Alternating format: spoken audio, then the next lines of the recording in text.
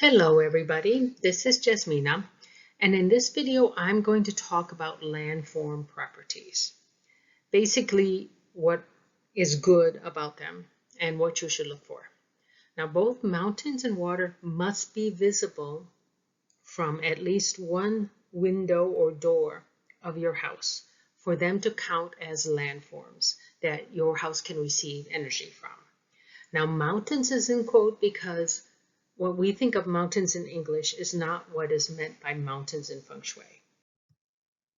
Mountains in Feng Shui include, of course, mountains, but also hills and higher ground.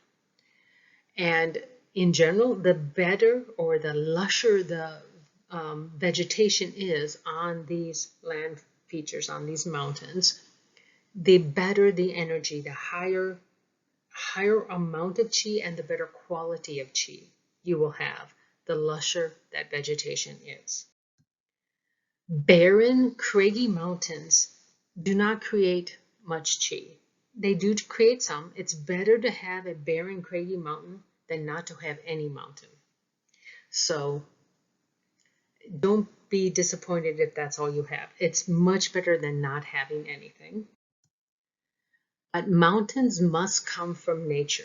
So you can't just pile a mound of dirt in your backyard and call it a mountain. It won't function that way.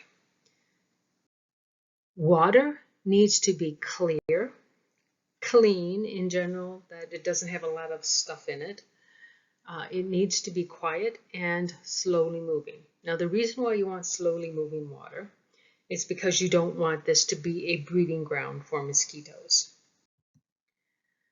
If you live, let's say, where you can see the ocean, if it's where you have a cove or a bay where you don't tend to get large waves, I mean, maybe you do when there's big storms, but on a kind of a daily basis, they're not large waves, that's okay. But if you regularly see white, you can see when it comes to shore, you see the white part of the wave, or really fast moving water like a fast moving river, those are not good. It's too much energy. It makes it hard to live there. It basically wears people out if you have that much energy. In general, you want little or no algae. And so if this is something that's man-made, you basically need a water filter, unless you're like very lucky.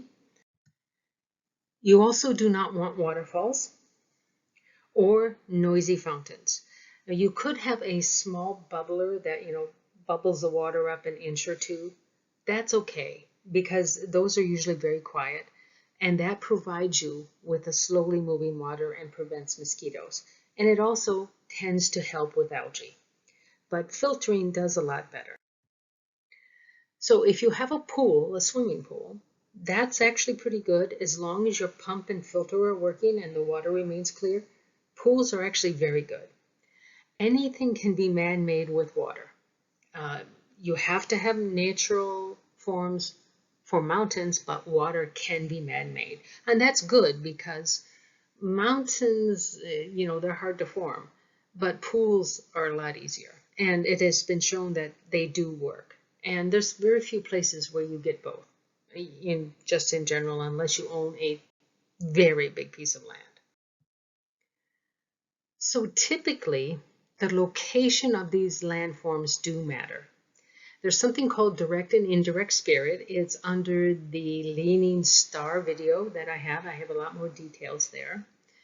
The location of direct and indirect spirit flips between the Xuan Kong cycles. So the upper period is periods 1 through 4, and the lower is periods 6 through 9. So we still have a little over 20 years of the lower period, or the lower cycle, I should say. Now, remember in the Xuan Kong, there is no period 5. So this is just the way it goes. And so we'll be good placing water in a location that's good for period 8, that's good all the way through the end of period 9. It'll only change in 2044. So it's still over 20 years away. Now, natural mountains can be anywhere, and so can natural water. that doesn't harm you. It doesn't, if it's not in the proper location, that is, if it's a mountain that's an indirect spirit location and water that's in a direct spirit location, as long as it's natural, it doesn't do you any harm. It doesn't do you much benefit, but it doesn't do you any harm.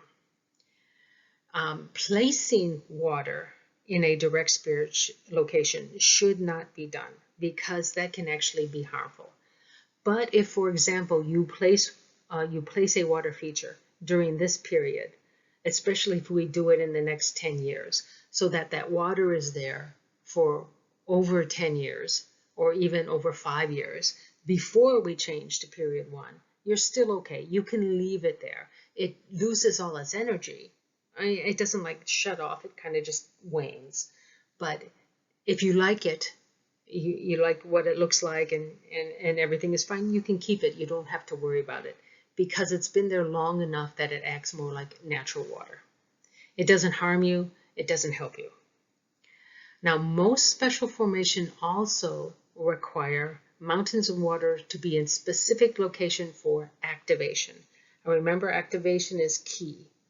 If you can't activate a special formation, you don't feel its good effects. So this is why one of the biggest things when you look for a house is you need to look for these landforms. As long as you can see mountains, that place has at least potential. And of course, then you start looking at everything else.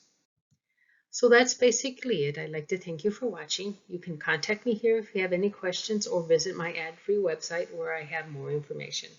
Also, please subscribe because I will be having regular monthly videos on mitigations and good locations and so forth. And I will generally have new videos on a regular basis. Thank you again for watching.